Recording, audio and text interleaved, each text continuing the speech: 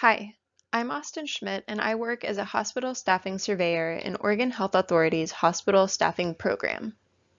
OHA's Hospital Staffing Complaint System is how Oregon's hospital staffing law, including the updates in 2023's House Bill 2697 and 2025's House Bill 3294, are enforced in Oregon. This video explains some common myths about evaluation of hospital staffing complaints, which we call triage, under the hospital staffing law. Myth: when submitting a complaint, the complainant should use the complaint form associated with their role. Fact: the complainant should use the complaint form associated with the alleged violation. For example, whether you're a direct care nurse, a technical staff member, or an exclusive representative, if your complaint is about service staffing, you should use the service staffing complaint form. The service staffing complaint form has the allegation types related to service staffing. Myth: if a complainant doesn't know what type of staff member they are, nursing, professional, technical, or service, they should contact OHA. And/or OHA has a list of each staffing type for each hospital. Fact: OHA does not track which roles are nursing, professional, technical, or service at each hospital. For example, OHA does not know which staff are professional technical staff at a given hospital because inclusion in that group varies from hospital to hospital. If a complainant doesn't know what type of staff they are, they should contact their hospital's staffing committee co-chairs, contact a staffing committee representative on their unit, or contact their union. This information is crucial when filing a complaint. Myth: duplicate complaints about the same allegation, date, shift, and unit will result in multiple sanctions. Fact: Section 4 of House Bill 3294 directs OHA to consolidate complaints that contain duplicate allegations. If two complaints report the same violation, meaning the same allegation, date, shift, and unit, OHA will triage both complaints, and if both are valid, only one will move forward for investigation.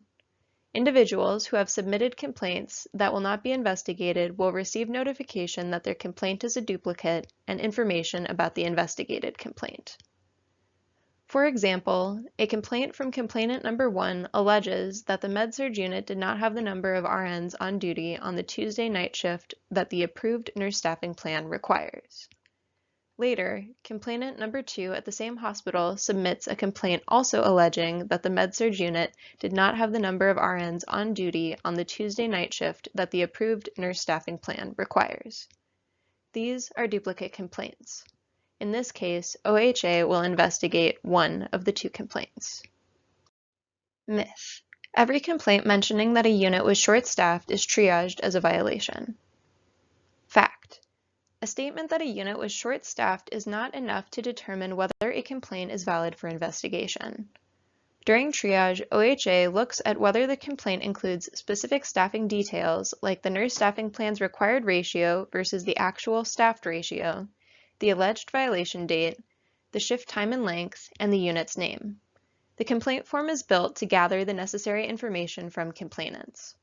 Occasionally, OHA will have to follow up with a complainant to ask additional questions to clarify information that is provided in the complaint. Complaints without sufficient information slow the triage process and affect OHA's capacity to triage and investigate complaints. Myth: all triaged complaints proceed to investigation. Fact: complaints that are triaged and determined to be valid move forward to investigation.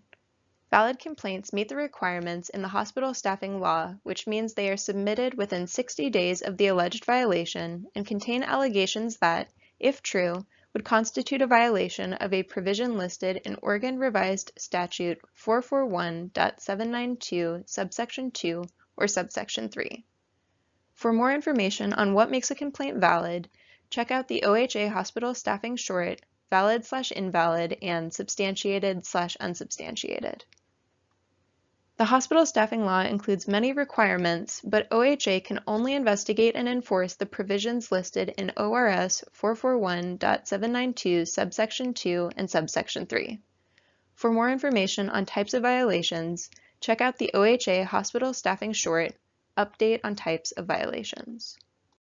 For more information about hospital staffing requirements and hospital staffing resources such as FAQs, webinars, and hospital staffing shorts, visit the hospital staffing website at www.healthoregon.org/hospital staffing. Thank you.